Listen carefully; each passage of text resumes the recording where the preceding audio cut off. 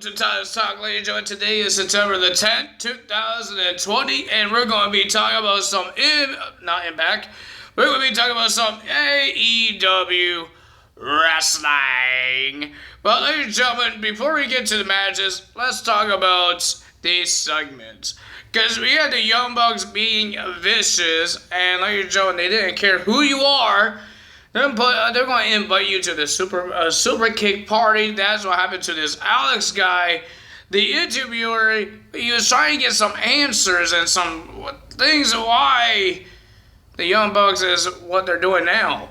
Well, they opened the door and they super kick him, double super kick him. And ladies and gentlemen, they got fined of $5,000. Ooh. And then we had the tag team celebration, the new tag team champions mocking the other tag teams. FTR mocking the Jurassic Express, Billy Gunn and his son, SCU, Dark Order, Private Party, everybody like that.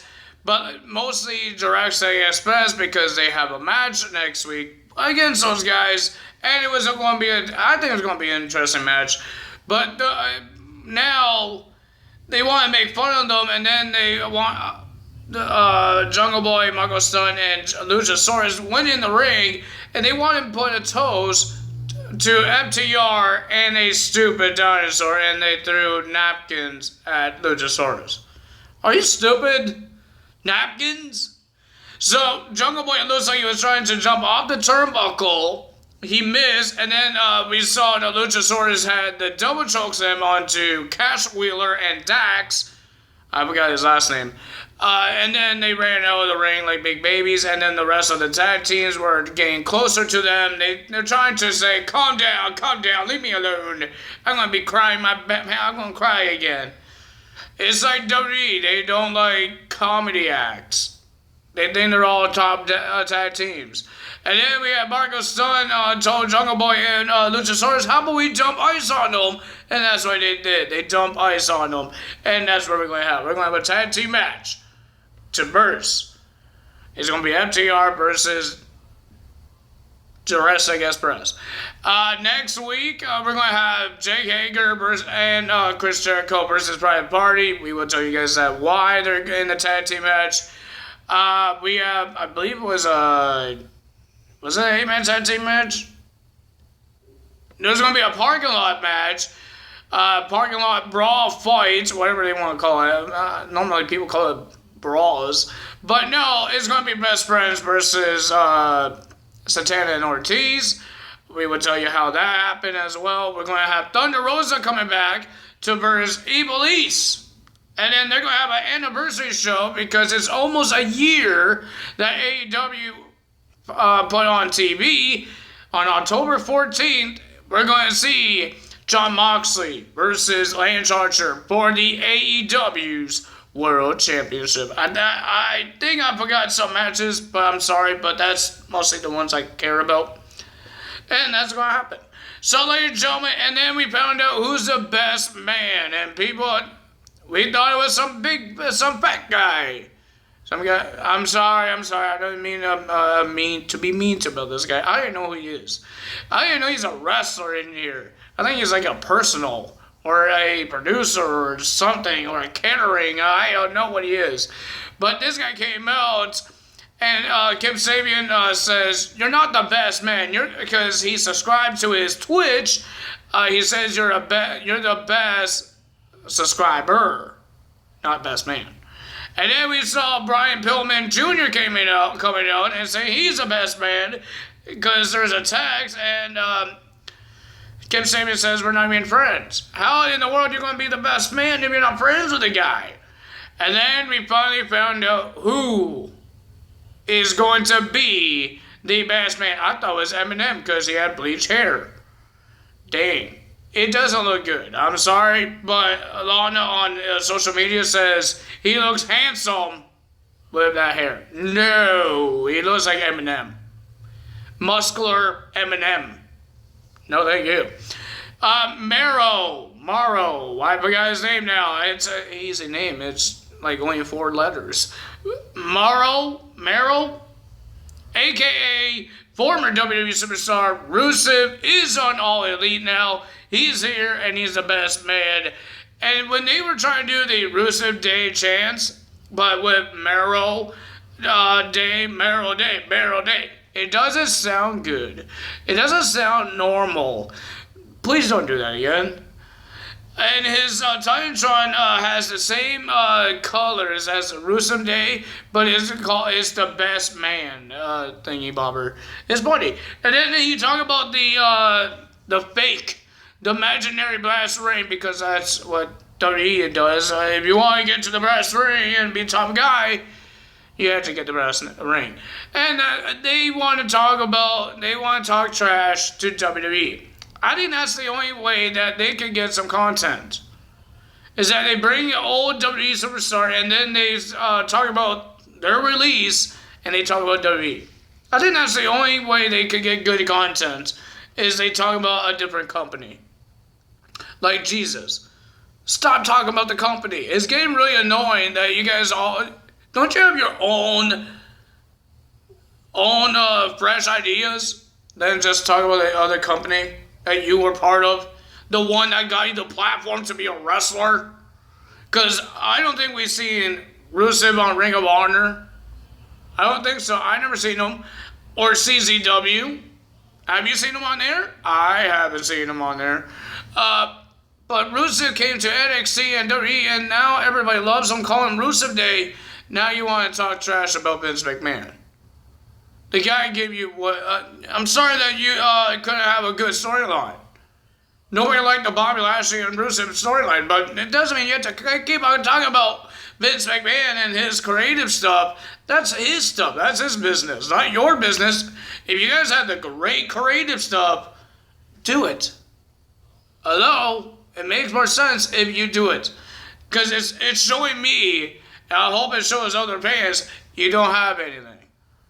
Your creative is nothing. If you're going to, every time you bring a former WWE superstar into your show and just talk trash about AEW, WWE, I mean, you don't hear a lot WWE talking about AEW or Impact Wrestling. You hear Impact Wrestling and AEW talking trash to WWE. Like, seriously. Even when AJ Styles went to WWE, he didn't trash Impact Wrestling.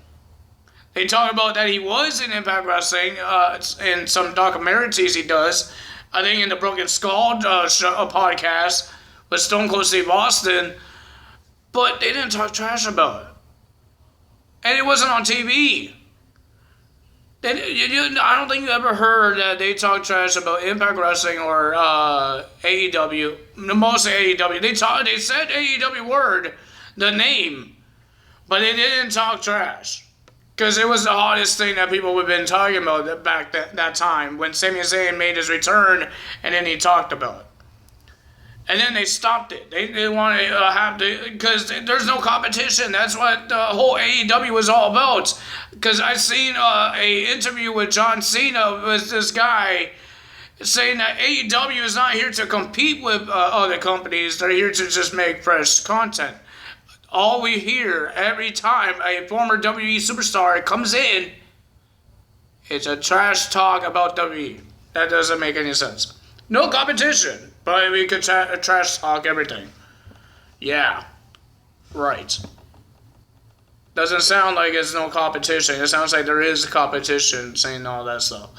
But ladies and gentlemen, let's get to the wrestling matches of the evening of last night. And ladies and gentlemen, we have a tag team match. It was Luchasaurus and Jungle Boy, the Jurassic Express, versus the Lucha Bros. I thought it was a pretty decent match. It was good, but the winner of that match was Jungle Boy and Luchasaurus after some reason Penta got the Canadian Destroyer on his own brother. And then they got the pin. I don't know how that happened, but he got the Canadian Destroyer onto Rey Fenix. And then after the match, we saw the Lucha Bros, the brothers, are arguing each other. Eddie Kingston asks, where is Pac and where is the Bunny? Where is Allie? They're nowhere to be found with the team. Well, mostly nowhere to be found for Pac. We know Allie is with QT Marshall. But Pac, we haven't seen him for months. So, and then he says, I got you guys, and they hug it out and they shook hands.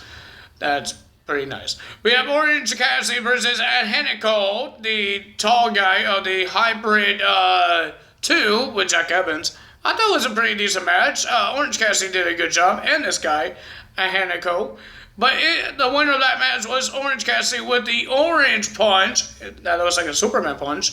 But Lady Joey gets the win, and then he got attacked by Ortiz and Santana. That's how we got the parking lot brawl match between best friends when they came out to help their friend out and trying to end this rivalry between Ortiz and Santana, and they want to end it in a parking lot. So that's going to happen there. Then we have Chris Jericho and Jake Hager versus Joey Janela and Sonny Kiss in a no DQ match. Pretty decent match. I enjoyed it, but the winner of that match was Chris Jericho and Jake Hager with a fire signature, and then I guess a choke pinning version. I don't know. He did something. Jake Hager did something, and then they got the win. And Chris Jericho talked about Inner Circle had a rough Saturday nights at all. It was the worst nightmare that every person in Inner Circle lost. Sammy is injured. He's at home. Santana, Ortiz, and Jake Hager lost the Casino Battle Royal, and Chris Jericho lost to Orange Cassidy in the Mimosa Mayhem match. So, and now he says we're going to be in the tag team division now. Him and Hager will be in the tag team division, and they want those tag team titles. That's how we're going to get Private Party versus Chris Jericho and Jake Hager, because they want to be in the tag team division now. So, that's going to be interesting to see. Then we have Nia Rose with Vicky Guerrero versus Tay Conti, another former WWE superstar, former NXT superstar, is going to be in here, and she did get signed. She is signed. She had a contract. But ladies and gentlemen, the winner of that match with the Beast Bomb was Nia Rose beating Conti. But Conti did a good job. She almost did a good job. Almost won with an armbar, but she lost with the Beast Bomb. And Vicky Guerrero, somebody turn off her mic and shut her up, please. They looked like Nia Rose wasn't done. She was trying to do another Beast Bomb onto Conti until Sheeta came out with her kendo stick, and they just stared down. Nothing happened. Then our main event is a TNT Championship match, Dustin Rhodes versus Brody Lee. I thought it was a pretty decent match, but before the match, they fought outside the ring and where the audience is, and almost broke a table. And then the match started, and it was a pretty decent match. Dustin Rhodes did actually almost got destroyed, almost got killed like Cody did. But ladies and gentlemen, the winner of that match and still your champion was Brody Lee, and they brought hurt QT Marshall in the ring. He looked like he was dead. And then they picked up Dustin Rhodes after the match to get a low blowed by Mr. Brody Lee. They get the win. Brody Lee is still mad at Colt Cabana. Colt Cabana looks like he's part of the Dark Order because he's wearing dark purple, just like the Dark Order does. And he came in the ring, and then Brody Lee got so mad and said, get him out, get him out. And Evil Uno was trying to confront him and try to be nice to him. And that's what Evil Uno is. Are you sure he's a bad guy? Because he's trying to be nice to everybody of the team. So that happened. So we still have the same champion, TNT champion, and that's Brody Lee. At the end of the show, they talk about Cody, and Cody is injured. While he's injured, he's going to be a judge on a talent show called Go Big. I think Go Big, Go Home? I don't know, something like that. I don't know. I forgot what it's called now. But ladies and gentlemen, they have this extreme talent show, and it's like a quarantine thing to help people out, I guess. I don't know. But ladies and gentlemen, they have this talent show that's going to be happening very soon, I guess. It says it's coming soon in TBS channel. I don't know what that channel is. If you guys know what TBS is, go to that channel. Don't go right now because it's not premiering yet. So, yeah. The commentary was pretty good this time. They weren't rambling. I think it's because there was a live crowd, and the crowd actually sounded like there was actually a crowd now. They went crazy when Russo came out, or Mero, whatever his name is. So all of that happened, and I enjoyed the show. It was pretty decent. Even JR, Tony, and Excalibur was actually talking about the matches. I think it's because